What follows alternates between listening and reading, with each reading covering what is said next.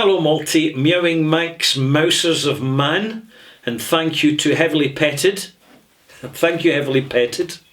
For the malt mention, I'm Ralphie in the Bothy. This is Ralphie Review 930 Extras, in which I give you extras over and above a specific whisky or other quality of spirit that I have recently reviewed.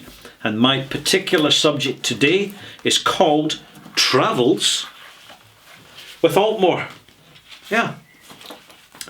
Altmore is... Here's the bottle I've just reviewed. I'll bring it up and show you.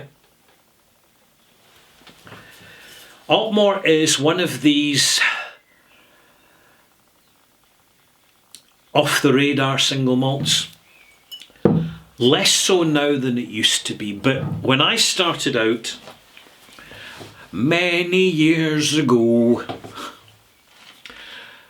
going to Glasgow's Whisky Club and going to whisky festivals, primarily the Whisky Fringe in Edinburgh, organised by Royal Mile Whiskies.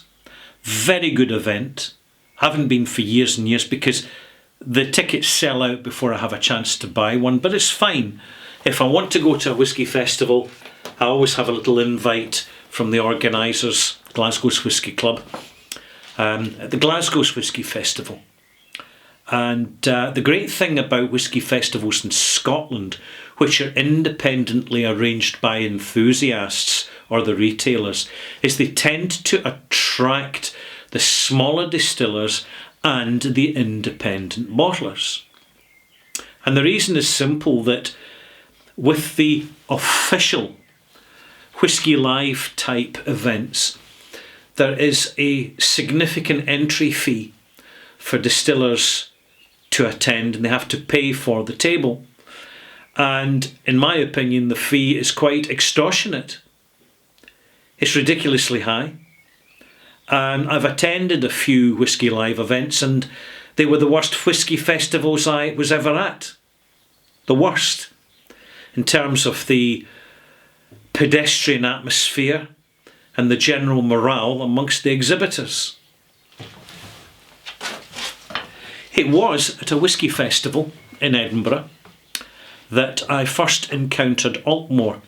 There was a little mini independent bottler were advertising themselves as having square casks. So they were bottling in square bottles.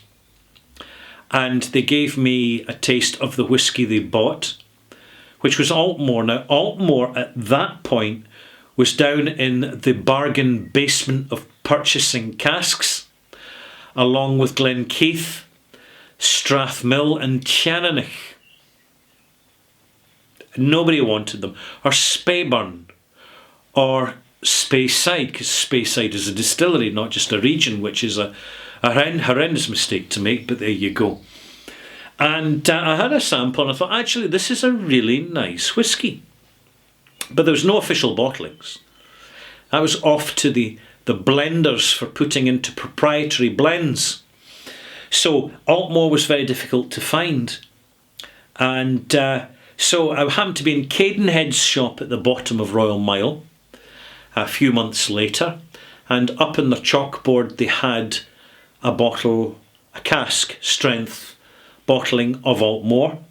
And I basically do what I always do, and I says, guys, is that any good? And they said, well, it's kind of okay if you like light whiskies. Now, as a big fan of lowland whiskies, like naturally presented Auchentoshan, which is very hard to find these days, or Rosebank or St Magdalen, if you can ever find these anywhere at half decent price, which is probably impossible now. Well, I'm a big fan of lowland whiskies. It's why I took a shine to Bladnoch, to be honest, and visited that distillery quite a number of times when I had my days out on a motorbike. And it's still a distillery that's close to my heart, Bladnoch, because it's one of the few distilleries that actually really welcomed me.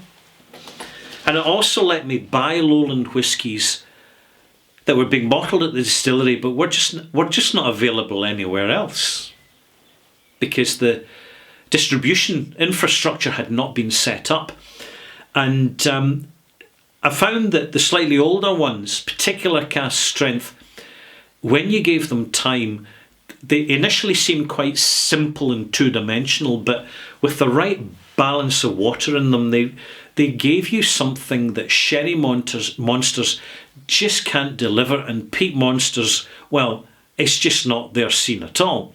It gives you a distinctive alternative style of single malt whisky, and I really enjoyed it. I loved the subtlety, the suggested flavours rather than the imposed flavours. It wasn't all about this big wood rush of a finish or intense wood infusion. It was something more subtle, usually because, particularly with independent bottlers like Cadenhead, they just leave the whisky in this one relatively inert cask for its full lifetime, and they don't really get around to bottling it until it's actually ready. So you could get something about 14, 15, 16, 17 years old at quite accessible prices, and so I bought this bottle of Altmore, and it was beautiful. It was delightful. I remember because the same day I bought 2 bottles of Glenglassaugh. Now here's a distillery which is way off your radar, and to be honest, it's a distillery that I seriously wonder if we'll ever see it again. It's been so badly neglected for so long, and yet Glenglassaugh, in its own way, like Glentochers, it's got a certain character to it. And this was expressed through these independent bottlings. Now, at this point, I was doing more exploration of the independent bottlings because I'd been buying rare malt selection and flora and fauna versions of Diageo single malts.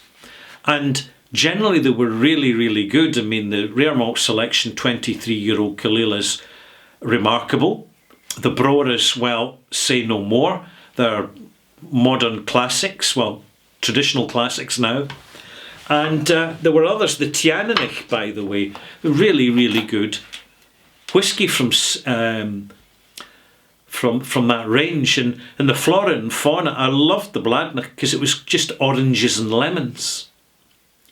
It was an absolute classic single malt, singularity, lowland whisky. And of course the Rosebank was all digestive biscuits, and even bottled at 43%, these were good casks and good whisky.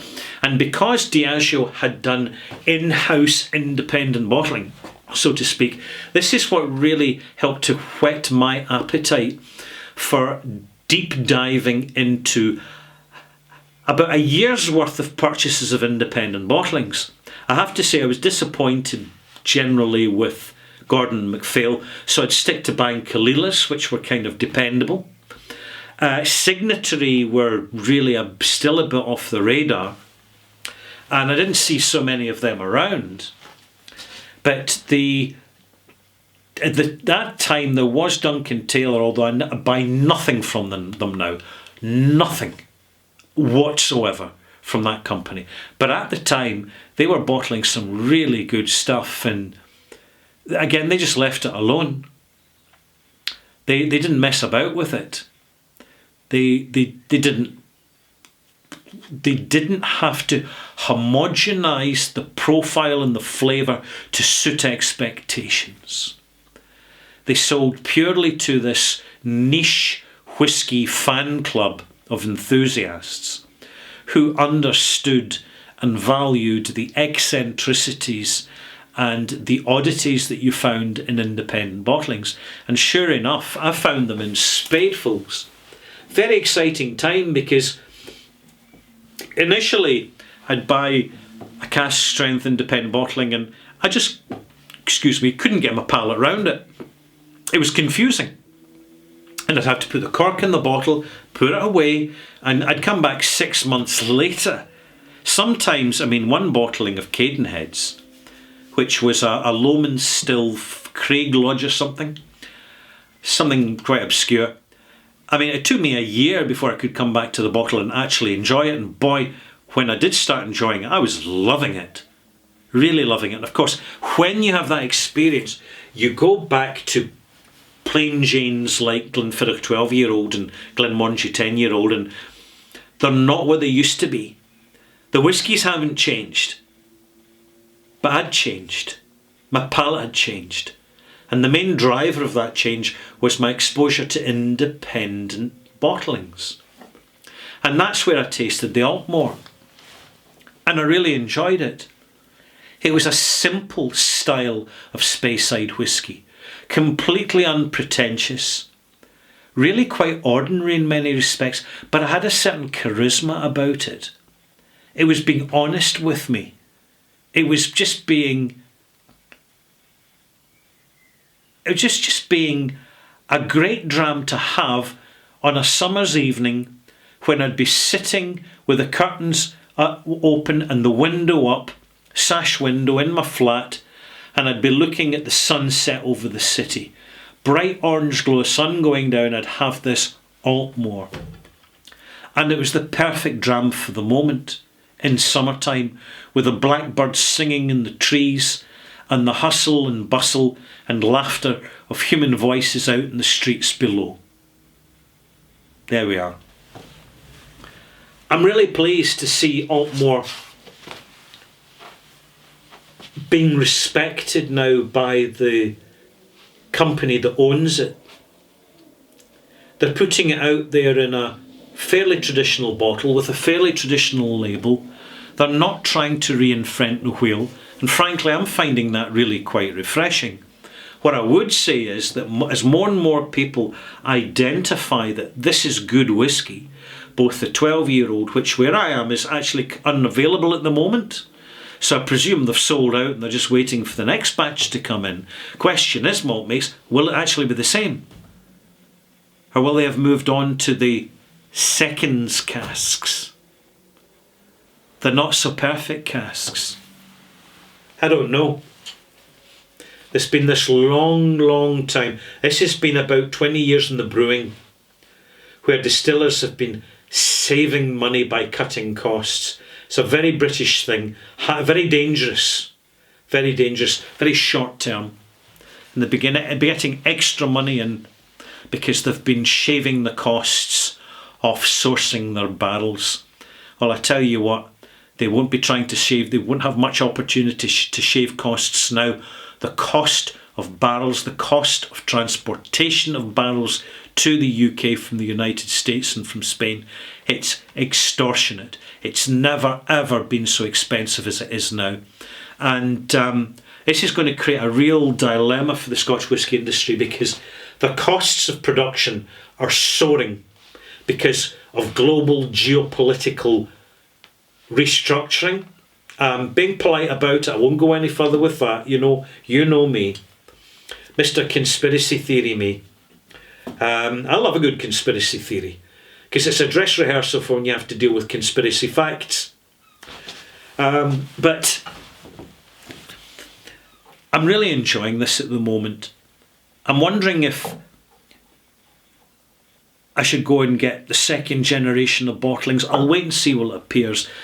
But I tell you what, the main area I'll be looking at the moment is it's the independent bottlers like Signatory and Gordon MacPhail and Cadenheads. Not so much Gordon MacPhail, because they do tend to sanitise quite a number of the bottlings. To be honest, I'm not a huge fan. When it comes to independent bottlers, Gordon MacPhail is the last on my list these days. It's just where I'm coming from.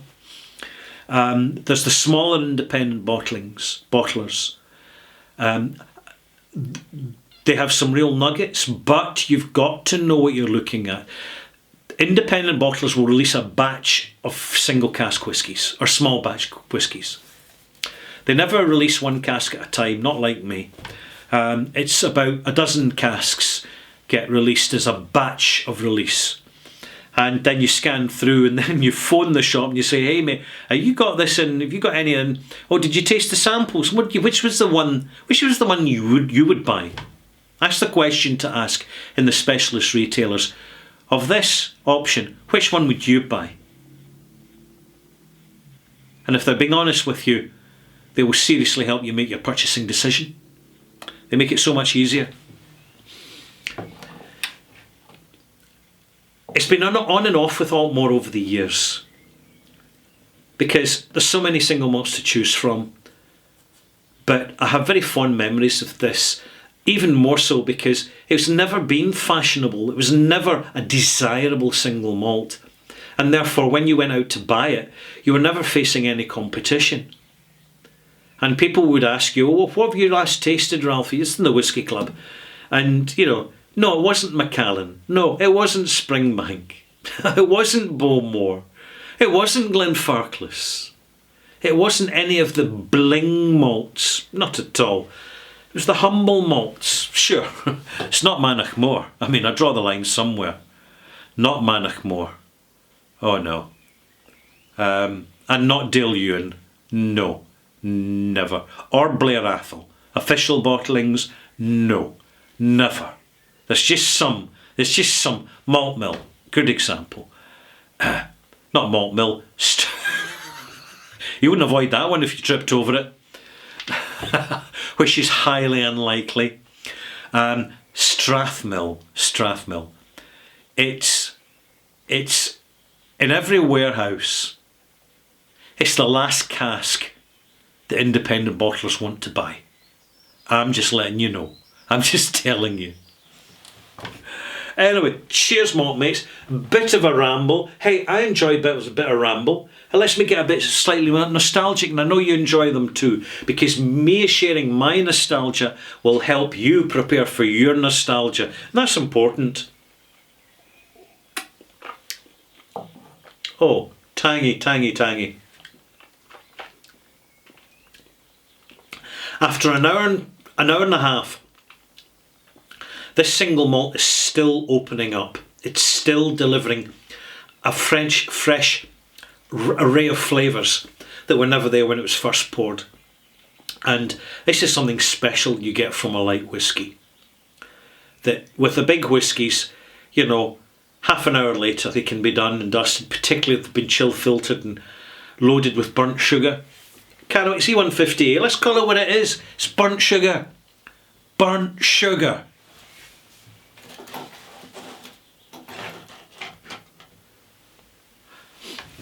Thanks for watching. Hope you've enjoyed this. If you haven't subscribed, please subscribe. And if you would like extras and to participate in my bi-monthly live stream from the Bothy, I may as well mention it, live stream. It's only available to Patreon subscribers. And all you have to do to be a Patreon follower to get extras is just buy Ralphie a dram, wee dram per month. We'll see you soon, malt mates. Bye.